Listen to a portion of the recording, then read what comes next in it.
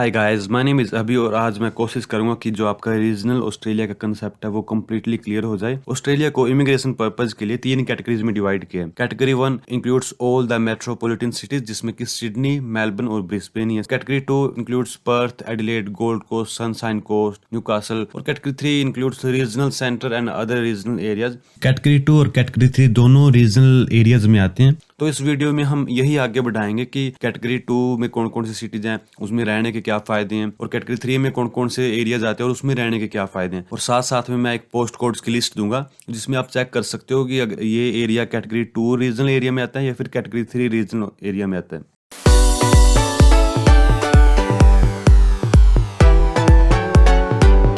Sydney, Melbourne, Brisbane की तो बात करने की जरूरत नहीं है। So let's start with category 2।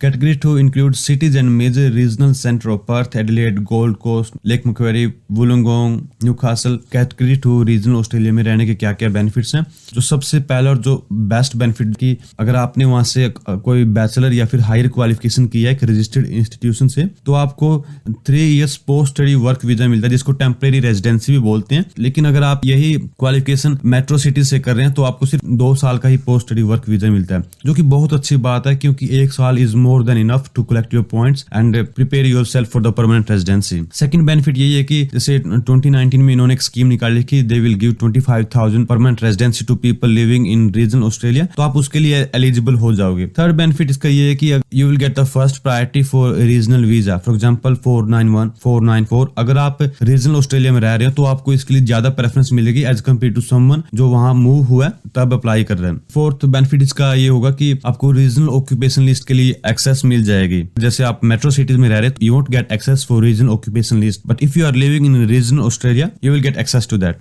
पांचवा इसका ये बेनिफिट है कि जब आप अपनी EOI डालते हैं पॉइंट टेस्टेड वीजा के लिए 189, 190, 491, तो उस टाइम आपको 5 पॉइंट्स एक्स्ट्रा मिलते हैं अगर आप कैटेगरी 2 रीजनल एरियाज में रह रहे हैं। कैटेगरी 2 रीजनल एरियाज में अगर मैं अच्छे सिटीज की बात करूं तो न्यू साउथ वेल्स में आते हैं जैसे Newcastle, Lake Macquarie, Wollongong, Illawarra, Nora.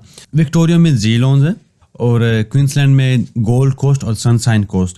Western Australia, South Australia और तस्मानिया में पर्थ, एडिलेड, होबार्ट जो मेन सिटी है, और उसके पास पास का जितना भी एरिया है वो सारा कैटेगरी 2 में ही आता है।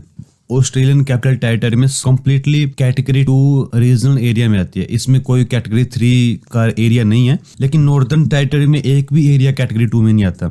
मेरे पेज पर कोई ज्यादा फॉलोअर्स तो है नहीं, लेकिन फिर भी मुझसे एक भाई ने क्वेश्चन पूछा था, उसने अपना पोस्ट कोड सेंड करके मुझसे पूछ रहा था कि मेरा एरिया रीजनल एरिया में आता है नहीं आता। तो उसके थ्रू मैं बता देना चाहता हूँ कि अगर आपको कोई डाउट हो कि आपका एरिया रीजनल एरिया में आता है नहीं आता, तो ये पोस्ट कोड की पूरी लिस्ट है और इस पर आप चेक कर सकते हो कि आपका एरिया रीजनल एरिया में आता है या नहीं आता। जैसे न्यू साउथ वेल्स की, विक्टोरिया की, क्वींसलैंड की, western Australia, South Australia, Tasmania, अगर जहां पर भी आप रह रहे हो आपको कोई डाउट है तो आप उसमें चेक कर सकते हो।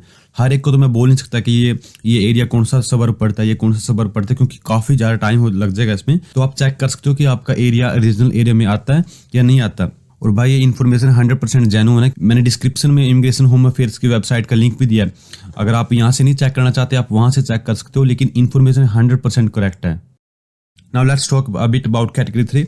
कैटेगरी 3 के benefits almost category 2 regional area की तरह है कि आपको 25,000 PR प्लेसेस के लिए एलिजिबल हो गए, ऑक्यूपेशन लिस्ट के लिए एलिजिबल हो गए, रीजनल वीजा में आपको फर्स्ट प्रायोरिटी मिलेगी। लेकिन इसका जो एक बेनिफिट कैटेगरी 2 से ज्यादा है वो है आपको 4 year post study work visa मिलेगा, जो कि कैटेगरी 2 में सिर्फ 3 इयर्स का मिलता है और कैटेगरी 1 में सिर्फ 2 इयर्स का मिलता है। ये काफी ज्यादा अच्छा है। अगर आप कैटेगरी 3 में रह रहे हो तो आप स्टडी करने के बाद आपको 4 इयर्स का टाइम मिलता है कि आप अपनी परमानेंट रेजिडेंसी के लिए अपने पॉइंट्स कलेक्ट कर सकते हैं। कैटेगरी 3 में जो सिटीज की अगर मैं बात करूं तो उसमें न्यू साउथ वेल्स में जैसे Wagga, Griffith, Bathurst, Orange, Dubbo, Port Macquarie, Lismore, Tamworth. Victoria में बैलेट, मिल्ड्रा, बैंडिजो। क्वींसलैंड में Townsville, Toowoomba, Rockhampton, Cairns. Tasmania में Launceston, Port Arthur, Queenstown, Saint Helens. Western Australia में Albany, Kalgoorlie, Bunbury, Port Hedland. और उसके बाद South Australia में Mount Gambier, Port Lincoln, Port Agusta.